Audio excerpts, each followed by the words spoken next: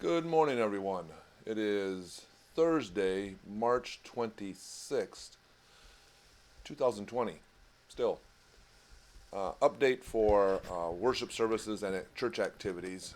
We have decided that all church activities are canceled through Sunday, April 5th, given the government and the governor's mandate to stay at home as much as possible. Only essential activities and stuff need to be done till April 6th. We'll cancel through April 5th and then reevaluate. April 5th is Palm Sunday, so if you want to prepare your worship space for Palm Sunday on April 5th, that'd be great. What I'd like also for you to do is if next Sunday, as when our Facebook Live, if you'd like to take a picture of your worship space, if you do something special to make worship space, take a picture of that and post that as we have our worship service. I think it'd be nice for everybody to see what their different worship spaces look like. I thank you for doing your part in keeping everyone safe and healthy. It's difficult not to be gathering together as a church community in Fayette Christian Church in the building with one another. So I thank you for the sacrifices that you're making today that will make a better tomorrow. We'll once again have worship via Facebook Live beginning at 10:20 on Sunday morning. I start around 10:20, 10 minutes early, so that I have some music that plays. People can get their stuff around, gather all the worship materials you might need, communion elements for worship on Sunday morning.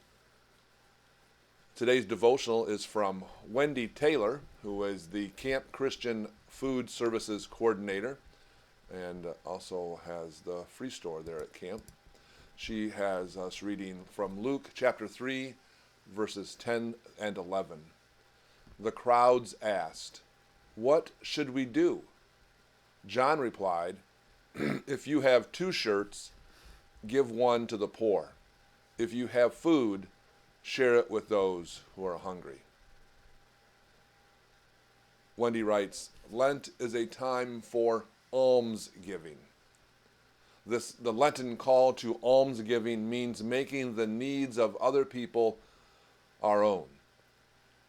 One of the central lessons of the cross is compassion. The heavy burdens we carry help us to appreciate the suffering in others. That's from Teaching Catholic Kids. Jesus on the cross bore our burdens.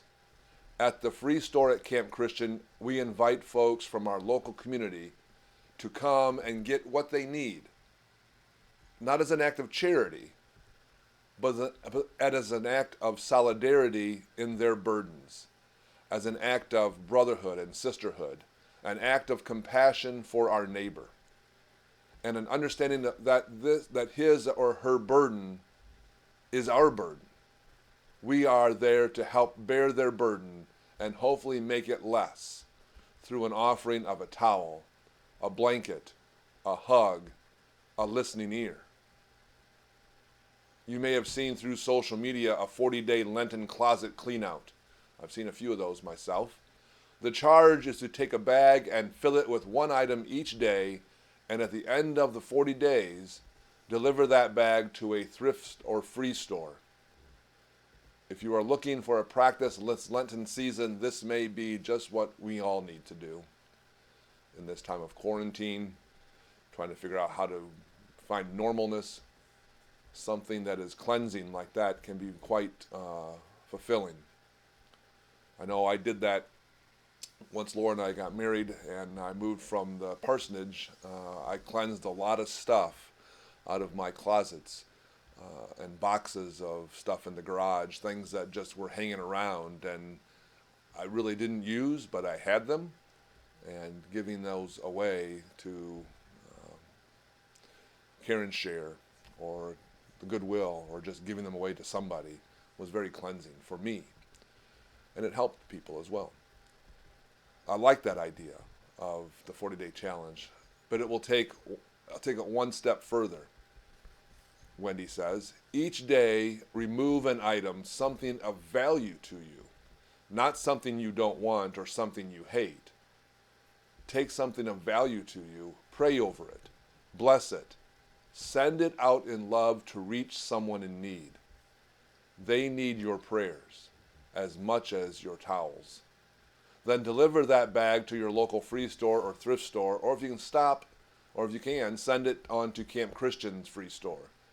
If you'd like to take your offering one step further, bring it down and spend the day working with us and meeting folks who visit. We would love to have you, Wendy says. It is here in community with each other where the true soul transformation takes place. It is here in community with each other, Wendy says, where the true soul transformation takes place. Very true. Bless you this Lenten season. Thank you, Wendy, for that devotional. What a great reminder of what Lent is all about. So my first thought is, what on earth is almsgiving? Well, almsgiving is the making a gift of alms. Yeah. Alms are physical gifts, money, food, or goods intended to help those who are poor. Choosing to give alms makes a difference for those who give.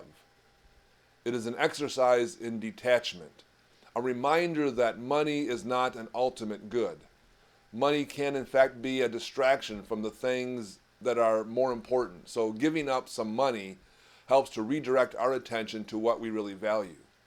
Giving alms is also a social practice, perhaps the most social of the Lenten practices. Giving always occurs in relationship. This social aspect of almsgiving can remind us of the social aspect of all of Lent. It reminds us that we are not alone on this journey. We're very aware of that today, aren't we? That we're not alone in this journey. We are very aware of that. We might be living in semi-isolation, but we know that we're not alone. We are all facing each day together. And we are the fortunate. At its best, almsgiving is an act of solidarity with those who struggle, truly struggle with poverty, helping us to recognize our common humanity. Our common humanity. How many times in the last week, the last couple weeks, even the last 2 days or so, have you recognized the common humanity we have with one another? Regardless of where we're at on the social ladder, financial structure, we have a common humanity. Above all, though, giving away money or possessions is an act of love. Even though it might also help the giver, it's really about choosing to help someone else above ourselves. It's a way of embodying our desire for others' good. It's an act of empathy, being able to feel what others feel and to be able to respond in that emotion. It's about making a sacrifice that echoes the self-giving love of God. And it's about returning that love. All of our acts of love for others, all of them, are ultimately acts of love for God.